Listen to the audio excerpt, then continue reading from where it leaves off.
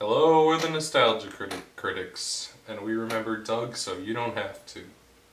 Today we watched the entirety of the demo reel, Doug's series that he made after the Nostalgia Critic ended, for the first time. Yeah, for sure. We gotta get this thing rolling before we end up zippity-zapped on this crazy Transformers shit. Push mizzle, mizzle, and the gizzle, and the mizzle. I just hold the giggles in the mizzle, hit the mizzle, hit the mizzle, hit the mizzle.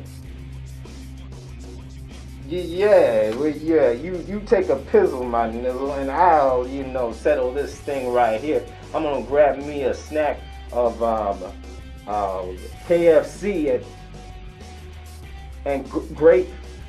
So I quit. So Connor, what is our highest ranked episode of demo reel? Our highest ranked episode is the Blair Witch Hangover. So I rummaged through my pockets and look what I found. Toothpaste, which you wouldn't normally think is a 4-course meal, but you know what? I'm getting that desperate. The only other thing I found is these berries that I don't know whether or not they're poisonous. The toothpaste has to be safer, right? This is, I believe, the 4th episode of demo reel. So this is going to be a little bizarre because we're talking about these out of order, but as it turns out, demo reel starts incredibly shittily with the Dark Knight video, but it comes around to some Asylum Films version of a David Lynch film, and it's just not 100% horrible for a web sitcom. But basically the premise of the Blair Witch Hangover one, Malcolm and Rachel get drunk and they create a movie, but they also hang out with this mobster man, and basically they just get drunk and they play Truth or Dare, and they do normal shit you'd expect on like a sitcom, kind of. Meanwhile, Doug is in the woods and he is being chased by a Blair Witch monster who turns out to be a little girl. And he eats toothpaste learn and later. other stuff. Yeah, Doug pretty much makes an ass of himself in this episode, but it's actually mostly funny to an extent. At least that's what the yellow monkey has been telling me, isn't that right, Periwinkle? Shut up! Funnier than what we'd expect from a Nostalgia Critic video, at least. He eats toothpaste, he fucks around in the woods, and meanwhile... He actually went out there and filmed at night, surprisingly. You can see the moon in his night shots. He didn't day to night it. Right, which is sort of surprising. We also have fucking Malcolm and Rachel doing shit back at the headquarters for demo reel. And you know what? It's mostly funny. My God, this is depressing. And I'm Irish. I'm gonna have to go put on Angela's ashes, just so I can remember what it's like to laugh again. It's a pretty good time. I personally thought. I don't have a ton to say. It was just actually, for a Doug episode, not too bad. Number 2 is Blue Patches. Blue Patches is the end of the Swag storyline. Again, we're going a little out of order, but also the Swag storyline was kind of cut out because of the first episode being terrible. Like, there's the Swag plotline set up in the cancelled second episode. And the Swag episode, the Swag storyline is about YouTubers who remake films badly on YouTube who want to kill Doug for encroaching on their territory, I guess. So the story goes that there's this film called Be Warned, Fast Forward. Be Kind, Rewind? I think that's the sequel. Anyway, it led to all these YouTubers remaking movies of their own, only they call them Swedes or Swedish films or something like that. I don't even get it. I mean, it's like Swedes. I mean, what the hell is a Swede when we get down to it anyway? a Norwegian with half their brain removed? Exactly! I mean, they're going around acting like their stuff is so much better, but did you see that Karate Kid one? I mean, it's like when they're trying to simulate the ocean and the beach, like they did the cardboard cutouts and they colored it blue and stuff like that. We have green screens. We are 100% closer to being George Lucas than they will ever be. A lot of this episode is basically just like a Misery parody where Doug's new character, Dobby or whatever the fuck, Donnie, I think, gets captured by a crazy family and they hold him hostage and he has to escape. He has to watch his own movies. He's a child actor. In this universe, he plays Jake Lloyd. So he was basically in Star Wars, and he does like the... Yeah, and his mom committed suicide because she was a failed actor. It's really weird. It's fucking bizarre. Whoopee! Go on, say it. Say it. Whoopee! But this one, there's not a lot to it. Meanwhile, it's kind of average, but Rachel and Malcolm are making a movie called Blue Patches, which is a sequel to Doug's mom's movie or whatever. Yeah, and it's weird. Another very bizarre episode. The actual movie itself, they show clips of, as you'd expect, like from the early demo reel episodes before it became a David Lynch film, and it's fucking weird. It seems like something you'd see in like an Adult Swim show or something, like a late night Adult Swim show.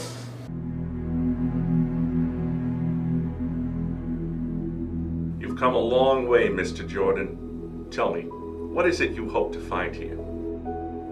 Something I've lost. Most people here don't get visitors, especially after 40 years. What madness drove her here? Love. The sort of deep-seated longing that no amount of tears or alcohol or drugs can ever hope to satisfy. If you want to see her, you can. But don't hold out much hope. Lord knows she hasn't.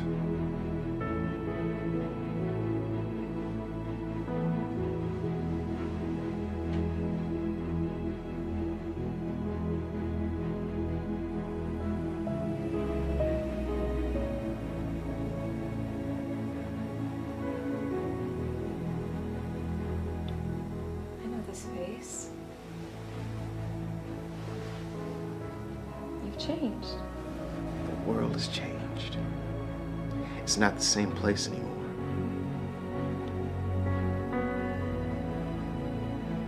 I gave you everything. My hand in marriage, and you left me. I did what I had to do to protect you. The world wouldn't understand. That was my choice to make. Mine! You were a coward. Right. The whole last half of the season's a weird Adult Swim show. It makes your brain numb in the same way an Adult Swim show does, where you're like, what the fuck? And I actually think if this show was just like 20-minute episodes and it was based on the last half of this series, it could have made a legitimately okay Adult Swim show for a season or two. Yeah. Because, you know, it's Adult Swim, so nothing lasts more than 2 seasons, but... Pretty much. Except Family Guy Rick and Morty. reruns. Flip the pickle over. What? I'm gonna touch it and you're gonna tell me it's an alien dick or something. Come on, flip the pickle, Morty. You're not gonna regret it. The payoff is huge. I turned myself into a pickle, Morty! Boom! Big reveal. I'm a pickle. What do you think about that? I turned myself into a pickle! Family Guy reruns perpetually in Rick and Morty. Rick and Morty barely counts because it comes out every like 5 years. Yeah, but they never let that cash cow die. Not so fast, dumb devil. You're the Lion King. Everybody's Kimba the White Lion. Hey, where did Quantum Leap come from? Isn't he supposed to be white? Apparently I wasn't PC enough, so I got a black Morty from another dimension. I'm the woke version. You're as woke as his style of comedy. Does that explain why you look like Krusty the Drunk Doc Brown? Well, as a completely different person, I think you look very stylish. Shut it, bald AC/DC. What the hell are you doing in my review? You think you're this big groundbreaker, and you're not. Anyways. Next we have Wreck-It Ralph versus Angry Birds. Chronologically, this is the 3rd episode, but this is the 2nd episode that was released. This episode starts like a normal demo reel episode, but definitely begins the divergence into the weird David Lynch television sitcom that it becomes. Doug and the crew, Malcolm and Rachel, are going to make a parody of Wreck-It Ralph, but shit goes awry when the German and Irish dude accidentally let go of the angry bird they captured, which is like a turkey. And it poops on them. It poops on and them. they have to shoot it. And then they fucking put Rachel on methamphetamines and she starts chasing the fucking bird around. And then eats it alive. And then she eats it alive. Happy Thanksgiving, mother clucker!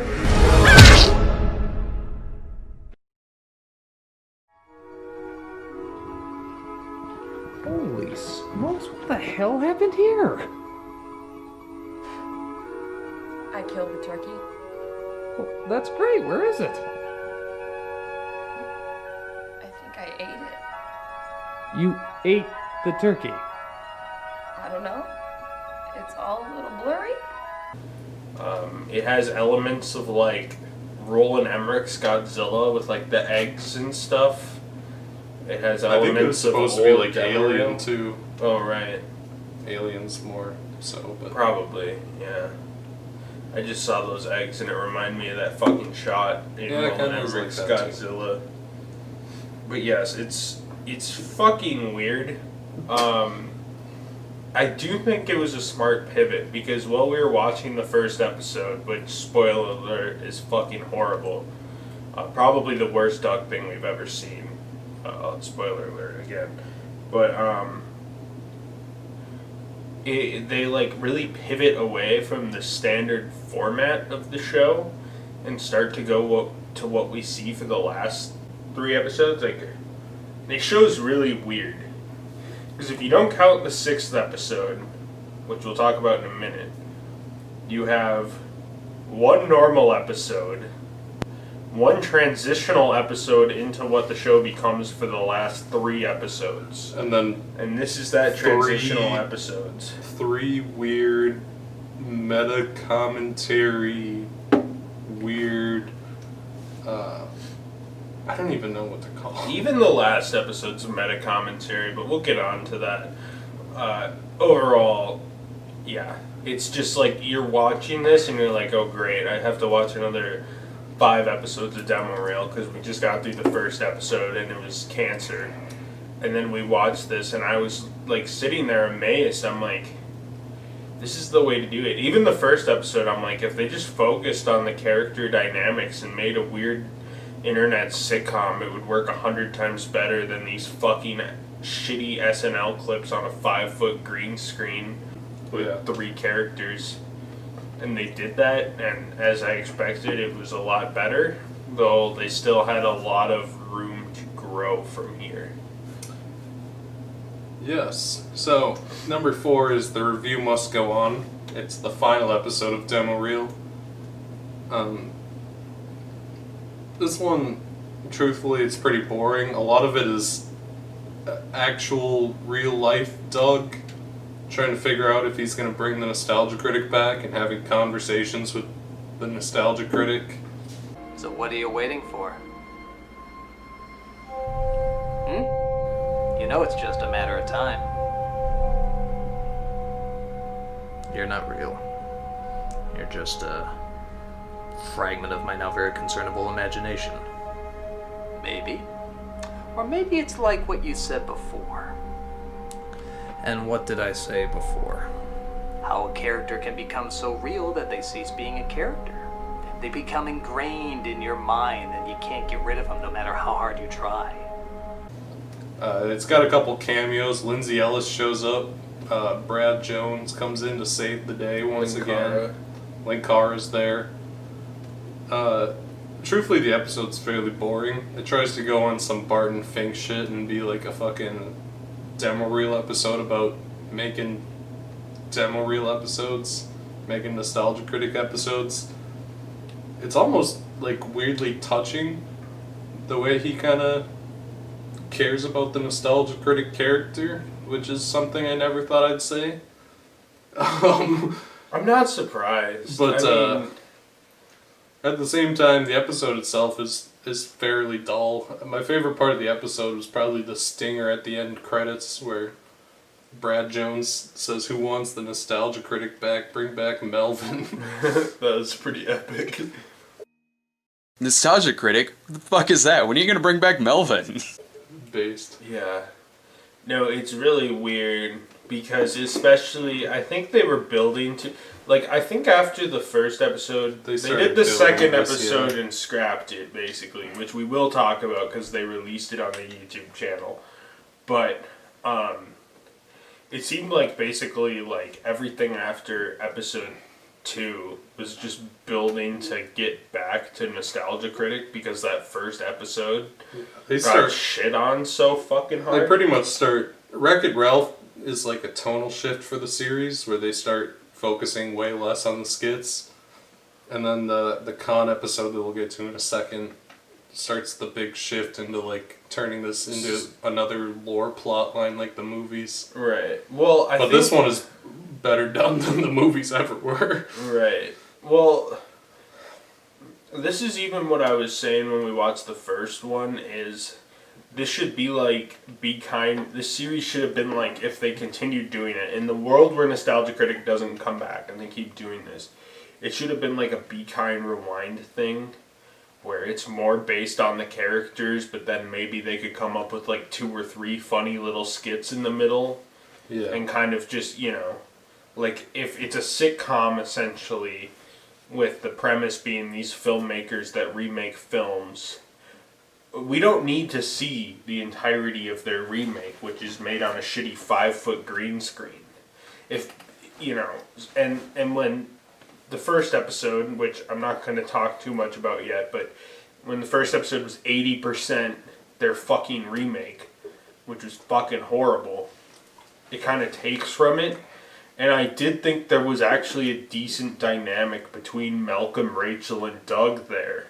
So there was certainly something here. The first episode was so god fucking awful that they had to start making this fucking tonal shift. Yeah. And so they start saying like Doug is a child actor whose mom committed suicide, so he did a bad performance, and then he became a shitty actor. And then this family that kidnaps him in the fucking, what episode was that again? The Blue Patches episode? Yeah. The Blue Patches episode. And that was build up so that in this episode he could make a meta commentary about how at this point he's also made something shitty everybody can roast, so he's not really above them, but he still wants to critique their movies because he cares about the character and the fans do. Yeah. Yes.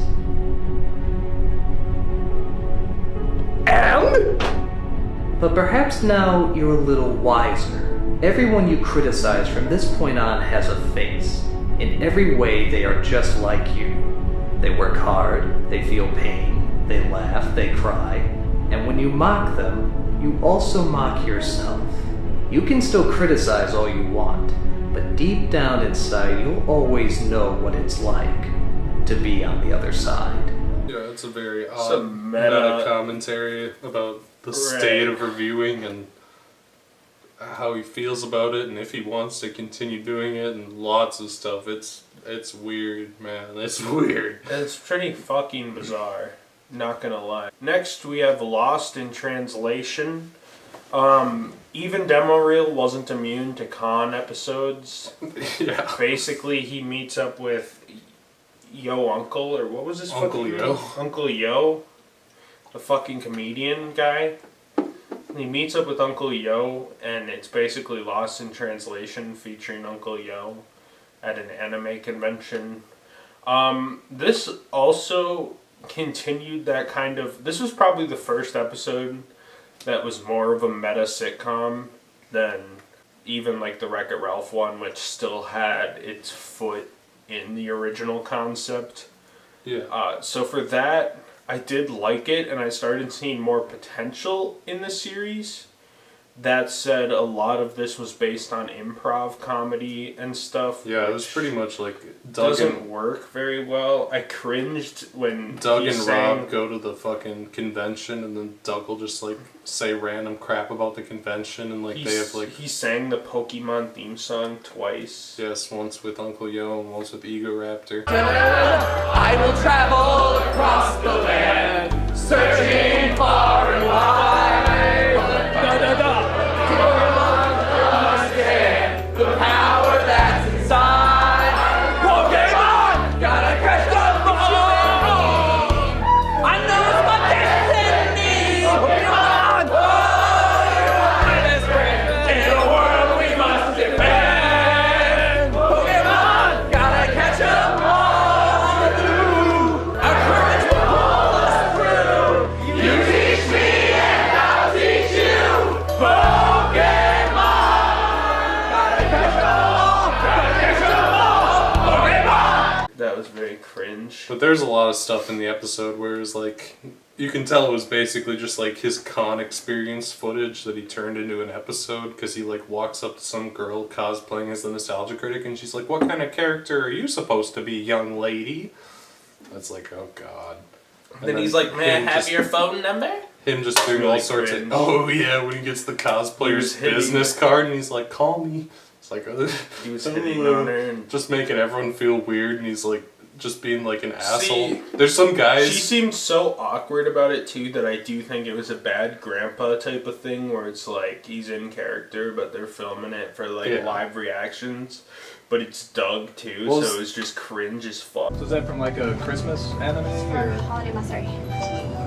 Oh, hey, giving me your card already. Nice. Yeah. Oh, it's for a con. Okay. If you want to give me your number, that'd be cool too. It was the same with like, they go to this Pocky stand or something. There's like some guy selling Pocky at a table, and Doug's like, "What exactly is Pocky?"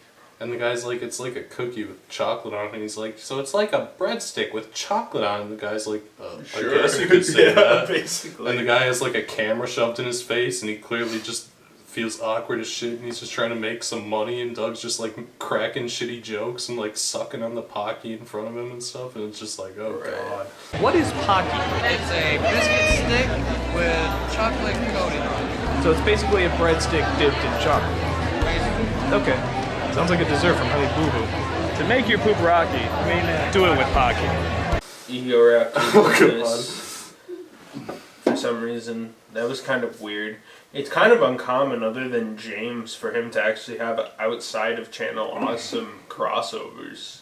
Yeah. I think it's happened a couple times, but it was weird seeing Ego Raptor because it's kind of like, oh, there's Ego Raptor. I guess he must have just been at the convention. I don't know. I wanna be the very best, like no one ever was. Excel is my real test, strength is my cause. I will travel across the land and do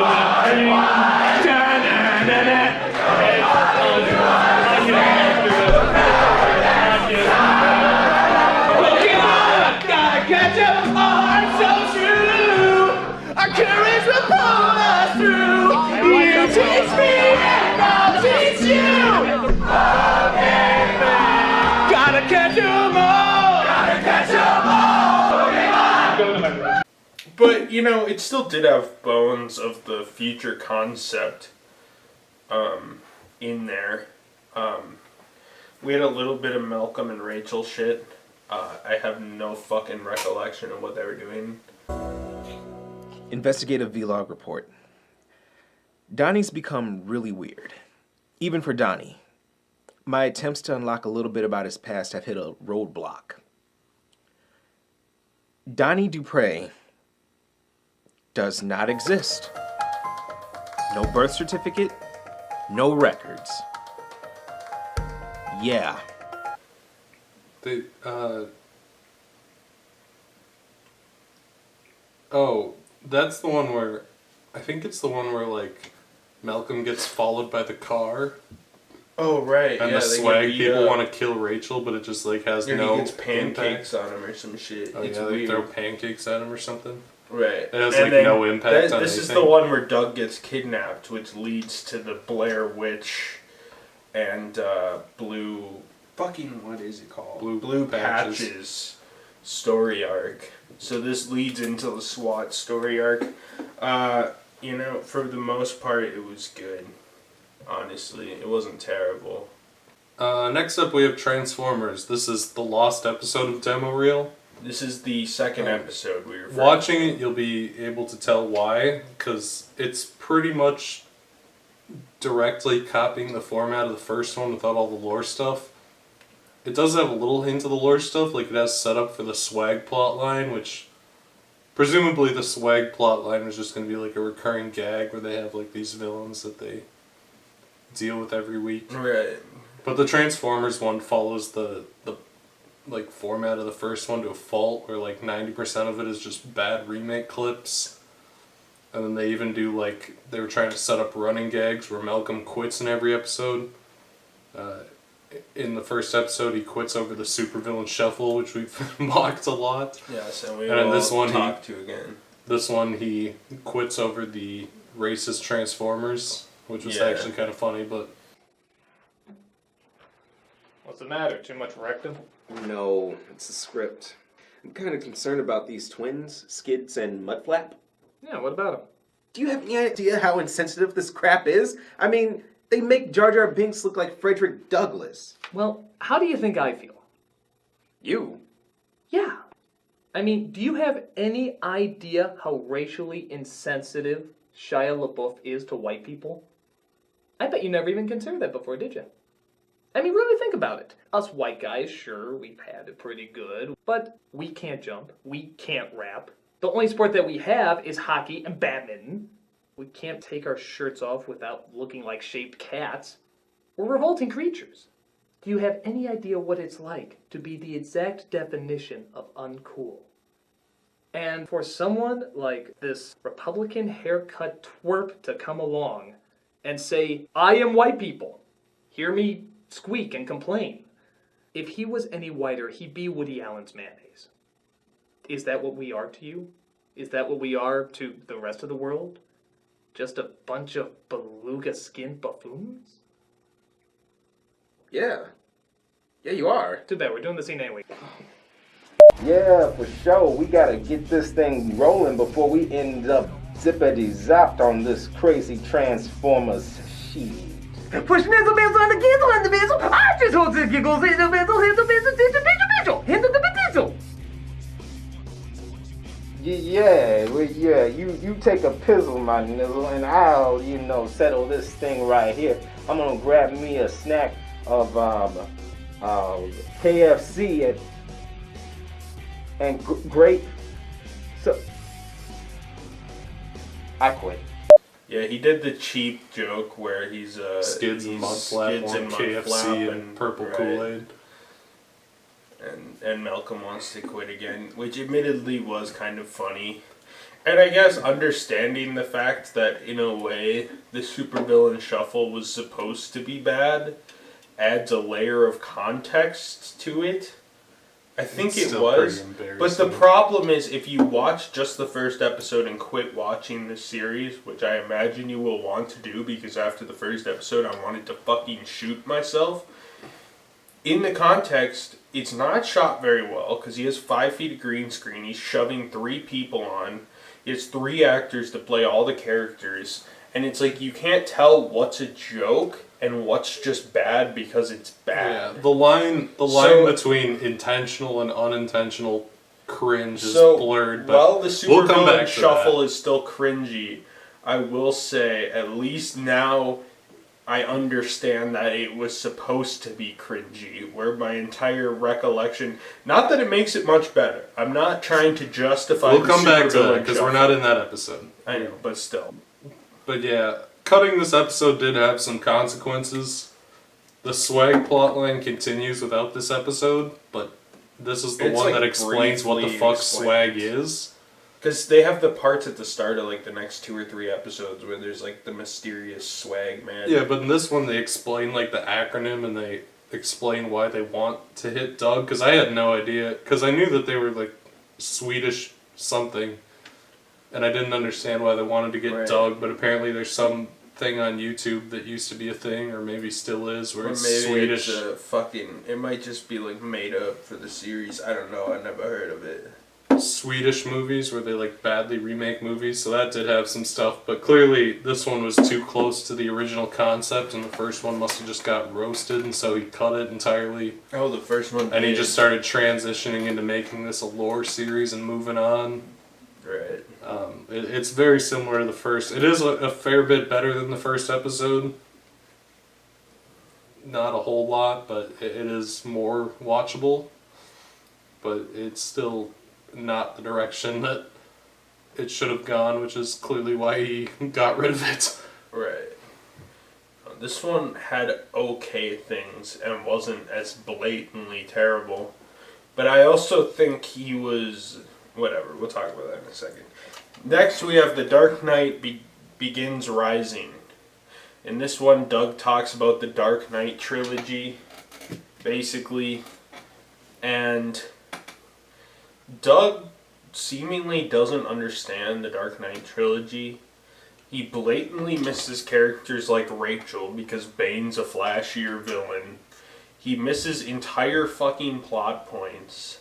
His skits are fucking awful. You can literally see the green screen reflecting off our actors.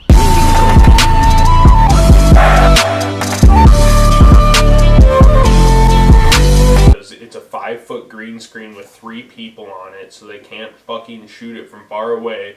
So with the blaring bright lights they have on them, everybody looks like they have Everyone's a got a green green sheen outline. on it. Yes. Malcolm looks green. The green screen's fucking terrible because they took the lowest quality JPEGs. The football stadium specifically I'll show here because that one's just fucking awful.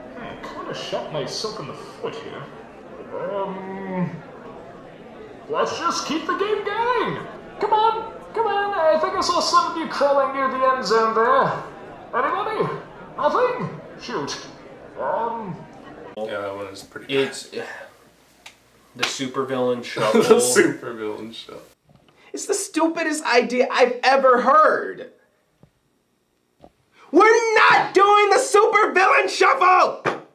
I am Ra's al Ghul, and I'm here to say no inflection in your voice is A-OK. With the leak of shadows, I'll make Gotham fall. I have several identities, all of them dull. I am Harvey Dent, and my face is bent. My evil motivation makes little sense. I was a nice guy, but now I'm deranged, determining my future on the back of change. My attitude can turn on the flip of a dime. Boy, I tell you, this deal's getting worse all the time. I am Dr. Crane, totally insane, and I only have a few lines in the movie, so next. Now this is a story all about how my frown got flipped, turned upside down, and I'd like to take a minute, don't go too far. I'm gonna tell you a little story about how I got these scars.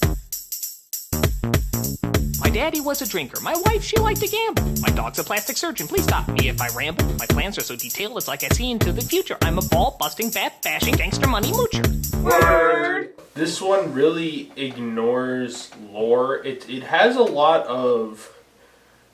Doug's a controlling director, Malcolm's the writer, and it's supposed to be like a pseudo-documentary almost, like The Office, it feels like, with all these Saturday Night Live reject. It's like a documentary clips. sitcom with skits shoved in. Right. And it doesn't have enough of the sitcom stuff. And when this episode ended, I even said it, I'm like, if it was more of the sitcom and less of the skits, it would probably work to a level. And I was right. But it just feels like a lot of the times he bit off more than he could chew trying to parody all 3 at once because he ends up really parodying nothing. He basically just picks, it's not even key scenes, but he basically just picks like random scenes. And then like, he does the kind of cringe Doug shit you'd expect, like at the end when Batman blows himself up with the bomb, he turns him in Batman, wears like a Jesus costume, and everyone's like, praise Bat Jesus, and it's like, ugh. And the bat shall lay down with the ball.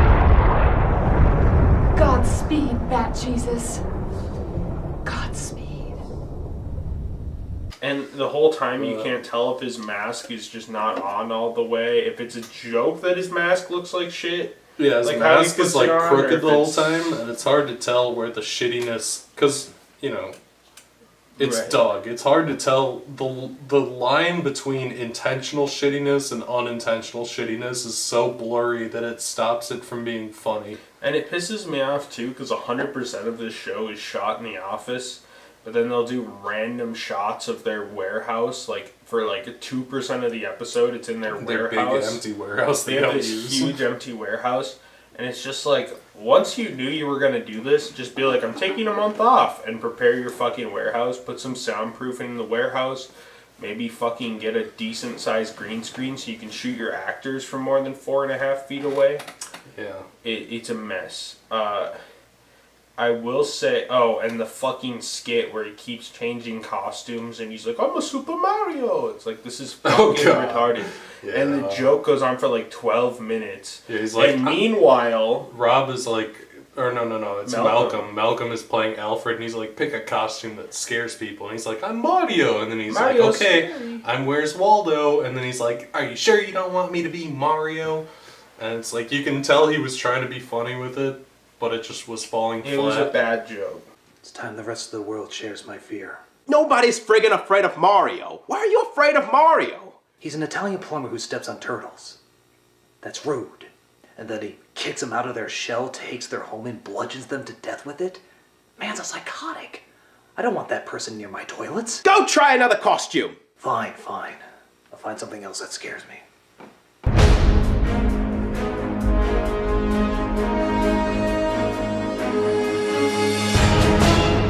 I am a creature of the night. Waldo? You're afraid of Waldo? Nobody can find him. Even with his red and white striped shirt, he always appears to blend in. Go get another one. Okay, who was never afraid of Santa Claus? Next. Ooh, I'm a spooky witch. Next. I'm a banana. Next. I am Spider-Man. Tyke. Seriously? Yep. Does he wear red too? Yep. Oh my god. What are the odds of two guys representing a spider with the color red? Go get another one. I mean, seriously. Red! Look out, I'm a housing market correction. My increased foreclosure rates among homeowners will lead to a crisis in subprime loans and collateralized debt obligations. You either go and come up with something right now, or I will stab you in the eye. Well, gee, the only thing left is bats. Bats. See?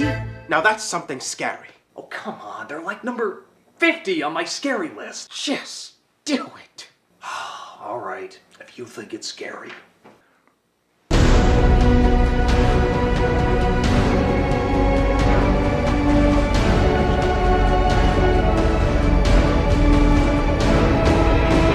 You're absolutely sure we don't want to go with the plumber? Right. I warned you. Right in the eye. All right, I'll do bats. And meanwhile, Malcolm has the worst British accent of all time. You know what I did like, though? Malcolm's whiteface joke was kind of funny. Right, I was actually going to mention that the whiteface joke was kind of funny with, he's talking to Rachel about whether or not he looks... Whether she's offended by his Joker makeup. whiteface, and I thought That's it was kinda pretty funny. funny. As a white person, does this offend you? I mean, am I crossing any boundaries or anything? Because What do you mean? I just feel kind of weird dressing up in whiteface in front of a bunch of white people. Look, if it makes you feel any better, we did just cast you as a cream of wheat making servant who always sides with his rich white master no matter how insane he is. You know what? You're right. You crackers had it coming. You know, despite everything we've ever said about Doug, he does manage to get a couple good jokes in almost every episode of Demo Reel, which is Right, well the so thing baffling. is, Doug has awkward comedic timing where instead of saying a joke with comedic timing, he screams it. Rachel and Malcolm, while I won't call them the best actors that are ever born, they are... What? What's her name? It's Rachel. What is it? Yes. Oh, it is Rachel. You're right. Malcolm and Rachel, well, not the greatest actors of all time, are actors, so they actually have comedic timing. So sometimes I'll see a Doug joke, and he'll just perform it so badly that I don't laugh. but I'm like, that would be a funny joke. That has happened many fucking times. Like, even this episode, the last joke is like... So I think I might have even said it in my Dark Knight Rises thing, or I said it when we were screening it. But I was like, at the end, wouldn't it have made so much more sense, like, you know, with like Bruce Wayne being alive and Alfred seeing him, it's like an Inception twist, but instead of never seeing the top stop spinning or whatever, they show fucking Bruce Wayne. I'm like, that's the stupidest thing ever. Yeah. And that's like the only thing of depth in the entire movie. Like, the only legitimate criticism of the Dark Knight trilogy, or legitimate idea that Doug had about the Dark Knight trilogy that I thought was legitimate, and I'm like, I totally fucking agree with him here.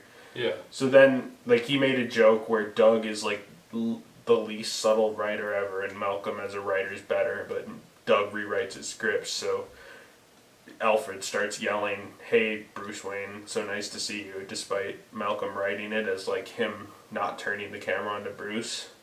I promise you do not see what Alfred is seeing. Good. Cool.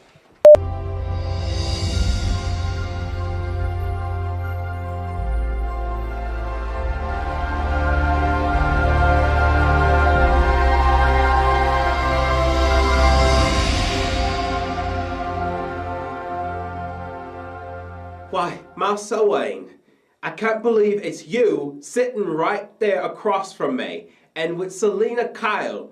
Who would have thunk it? You two free and together at last. Oh, happy day. Wait. Motherfucker! Yeah, he's right. That was a lot better. And I didn't really think it was funny, like, in terms of me laughing, because the performance from Malcolm wasn't the greatest. And the episode just had me so emotionally drained. But, Yeah. But it was a good joke. It had bones there, and I'm like, I see where they went with that. And that was actually pretty clever. And even the setup was pretty clever. Yeah, so you're right, even actually. this episode had a decent like amount of things where there were bones of good ideas. It's just, this episode was incredibly poorly executed. And the sad thing too is I feel like the last like 3 episodes, or the last 4 episodes, because even the Con episode I thought was pretty watchable. Like this The series, Con episode, if the Con episode was done cleaner, if it was scripted out better and planned a little more, the Right. Con episode has the bones of the right See, idea. I wouldn't even mind the improvisation, but Doug doesn't really have that skills. Yeah. Those skills, so he probably should have left it out without it, you know, he doesn't have the skills without making it incredibly fucking awkward. Yeah. So he probably should have just left it out. But, you know, there are bones of a series that I think is actually better than Nostalgia Critic. Oh, I Is agree. it something I would watch? Most likely not. See, the weird thing about it, the first episode is one of the worst things I've ever seen. Like, no sugarcoating it. The first episode is horrendous, borderline unwatchable. I would say the first... Stupid garbage. And it's 45 minutes. But as soon as Doug got self-awareness about it, it started to become actually watchable, entertaining, interesting. Perhaps the most interesting thing we've seen from Doug. Doug's movies are all lore movies, and they're terrible for it. But this series Doug is even interesting. admits in the last episode that basically he got sucked up into the he got making sucked lore up movies, and boring, and he's like, "This is fucking lore movies and shit." if he kept this series going, it's not something he could have done forever, obviously. But truthfully, the last couple episodes of this are actually legitimately decent, interesting, weird, watchable content. Well, truth be told, I think even if Doug did it for like a season to unwind from nostalgia, That's critic, what I'm like saying. a full season, a full If he had year done of it, 10 or 15 episodes of telling weird lore stories and building up this mystery and slowly Right, but unraveling it's not nostalgia critic lore. He's actually making I know. creative characters. He's doing something interesting. And the problem with nostalgia critic movies too is the reason Doug knows the other nostalgia critic people is because they're also reviewers on his website, where Malcolm and Rachel's characters are legitimately built from the ground up. That's another thing. And they were actually able to write a 'Cause, like- fairly decent character dynamic.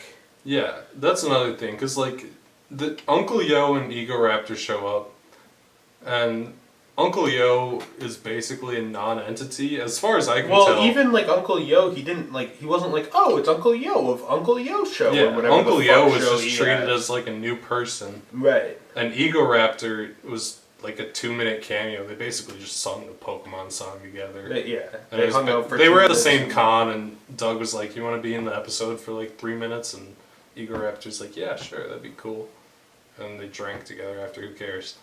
But outside of Uncle Yo and Ego Raptor, there's no guest stars. I mean, you know, it's like this whole new actual story that Doug is trying to tell. Like this really weird, dumb meta story, but it's still an actual story, a storyline and a plot. The sad thing about Demo And it's Reel... more interesting for it simply because of it.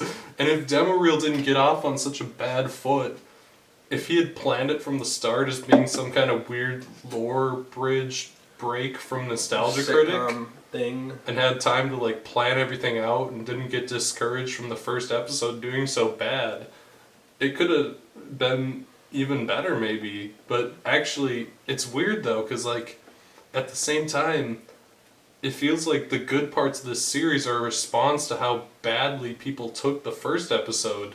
Right, literally the last 5 episodes are a response to how bad the first episode was taken. It's so we bizarre. almost wondered if it was like an intentional way to like get like a stunt. Yeah, but I actually we did think that for a minute. We were curious, but yeah, no, I do agree. And the unfortunate thing is like the reason I stopped watching Doug in the first place, because 2012. So I was like 14 when this came out, and the reason I stopped watching Doug is because I went on his website to check for the weekly new Nostalgia Critic. I didn't watch The Boldly Flee because that shit looked like garbage even when I was a kid. Yeah. But I watched this fucking first episode of Demo Reel, or the first half or something, and I was like, nah.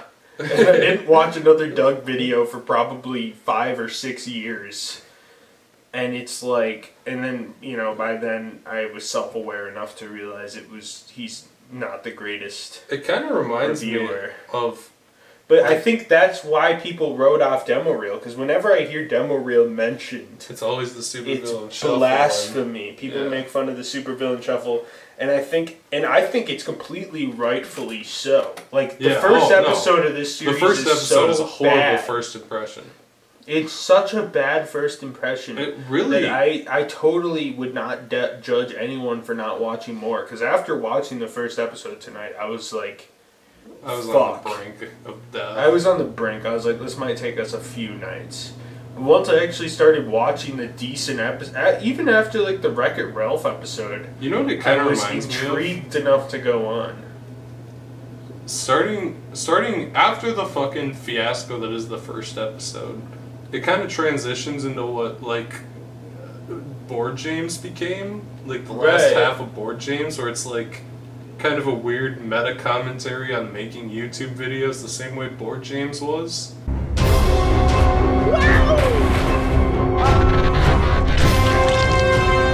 You are dead,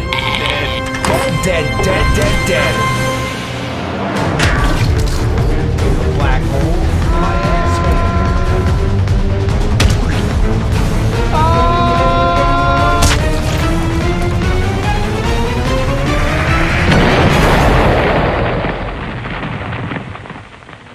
Right. And like, you know, This was around the same time as Boy James too. it's which like is the kind of first. interesting. It's like the first time I've ever felt, even in the movies. This is like the first thing that Doug's ever made where I've sat there and been like, this feels like artistic, fucking.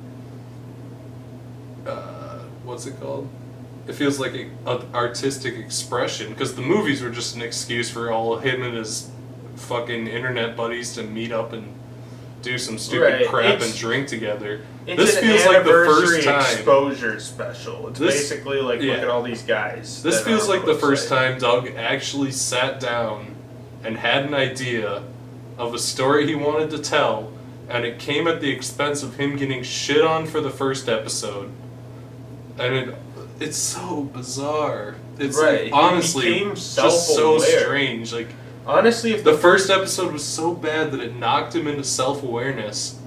And what makes it even worse is that now he's gone back and he's lost all that self-awareness and made the wall. Well, the funny thing is, like, when you think about it, if the first episode wasn't so shit, the following 5 episodes would have just continued. I mean, with that. like, the Transformers episode is about as mediocre as a bad Nostalgia Critic episode. Yeah. But if I had to sit through that as the first episode, I'd kind of be eye-rolly. But the first episode is astronomically shittier than even the second shittiest episode in this series. Yeah. So it's almost like some kind of miracle where the first episode was so astronomically shitty, he just got self-aware and decided to write some meta shit, and it turned out to not be horrible. You could literally, if this was not made by Doug, because if it was made by Doug and it was on Adult Swim, no one would take it seriously. If this was made as like a standalone weird art project fucking ironic thing, it could play on Adult Swim as a fucking short little one season thing. Because it is weird and it is strange. And like a lot of Adult Swim things, it's only like half funny half of the time. Right, But it's fucking dry. Interesting It's just and weird fucking and weird, dumb, yeah. and I kind of appreciate it. Truthfully, I like demo reel. And truthfully, like, I actually, like I said a couple times in this, I liked the character dynamics. I think out of the main cast, Doug was the worst. But, you know, even though Malcolm is a weird furry, he wasn't terrible. I thought Rachel and Malcolm were absolutely terrible in the first episode, but I think that was sheerly material because that was all by the material. time I watched the fucking later episodes, I'm like, I found they're not terrible actors. I mean, I could see them found- actually doing decent. Like, I didn't think they were awful at all. It was like, oh, Doug was they're Doug. okay for what they are. Doug was Doug, and you know, Rob was Rob, and the Irish guy I didn't really care for, but Malcolm, Rachel, and the mobster guy I all thought had pretty. I even thought Rob was kind of entertaining in the show. Rob was a had little bit of a generic, moment, but they didn't overuse Rob. If they overused Rob and he was like a main cast Yeah, that's member, it'd fair. be eye-rolly. But since he just showed up once in a while to do like stereotypical German jokes, I was kind of okay with Rob's character. Yeah.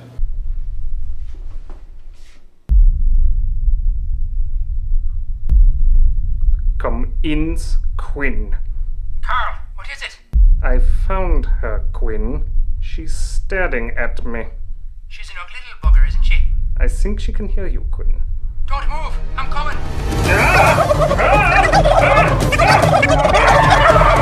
But Rachel, Malcolm, and the mobster guy, I thought all had good chemistry together. They were all fairly, you know, well performed for what it is. Like, I honestly don't think, outside of the first episode and kind of the Transformers episode, I don't think demo reel is that bad. Right. Well, and on top of that, I think like the Blair Witch episode I thought was so good because Doug honestly is at his best when he's acting solo, which is something that occurred to me then because you're when right. Doug was in the woods, I mean, he had a couple funny jokes, like the toothpaste thing kind of I thought was kind of funny. Yeah. The thing is, he didn't have like a chemistry that was built like Malcolm, Rachel, and the mobster had in the same episode. But when he's solo, he just does weird, funny things. And I think for some reason when he's acting against other people, he seems like more awkward when he's acting. And that's even present in like To Boldly Flee and I kind of Gassia and stuff. I wonder if it's not like when Doug is alone in the woods filming himself doing really stupid crap, it's funny because Doug is just like letting loose and doing whatever he thinks of and just doing stupid crap. Right. And it's kind of like funny in a cringe way. But I think when he's with other people, he feels like some kind of pressure to be the funniest person in the room and becomes like try hard. So it's like when you see him in the crossover episodes are in Nostalgia Critic are like almost always They're the always worst. the worst, and we're like, oh, it was bad because of Mars Girl. But I do actually, reflecting on it, feel like there is like an impact on his performance being with someone else because he's the main fucking guy. So if he gets outshined, then it kind of looks negative. I don't know if that's like a subconscious thing or what, but he kind of has to be the lead of what he's in. But when Doug is just out on his own in the woods acting like a retard, part of it is cringe comedy, but sometimes he actually does manage to be kind of like genuinely funny when he's alone and just being a fucking dork, you know? Right. So I know it's not really the format because normally we rank them against the other seasons, but I do feel kind of obligated. Would you recommend people to check out Demo Reel? Honestly, I think there is some strange merit to watching Demo Reel. I would maybe check out the SWAT arc, which is episodes 3, 4, and 5. I feel like you almost have to watch the first one though. Yeah. Just to get the context That of is why true. it became And you that. might as well watch the 6th one because it really does go full meta. The thing is, like it's almost just it's worth watching the whole series. The whole it's SWAT, like 3 fucking the hours. SWAT total. arc is all the fucking swag arc is all a response to Swag.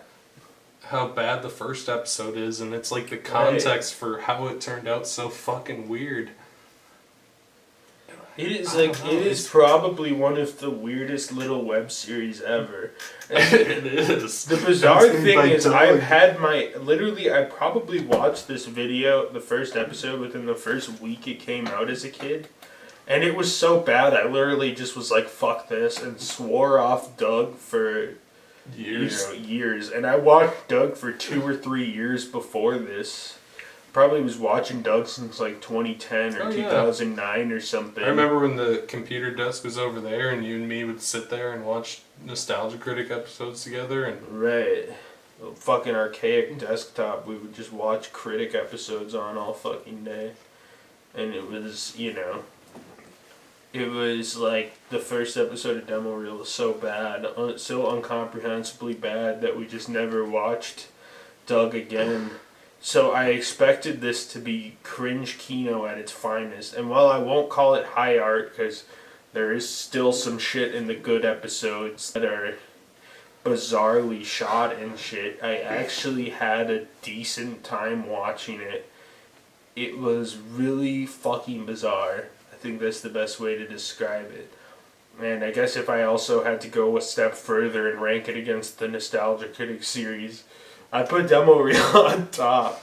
Because I actually got some level of enjoyment out of it, and it wasn't just me bored sitting there clawing my fucking eyes out. So somehow, it's just so weird. Like, you never see shit where it's like somebody literally makes the worst thing they've ever created in their career and somehow turns it into the best thing they've created in their career. It's like borderline him having a mental breakdown on camera, and it's so weird. I genuinely invite people watching this to check out Demo Reel and tell us what you think. If you've ever watched Nostalgia Critic, like 10 years ago when you were a cringy little baby, you were watching Nostalgia Critic, you owe it to yourself to watch Demo Reel, because it is so... It is bizarrely self-aware. It's bizarre, it's self-aware, it's awkward, it's weird, it's sometimes cringe Kino, sometimes bordering on legitimate Kino.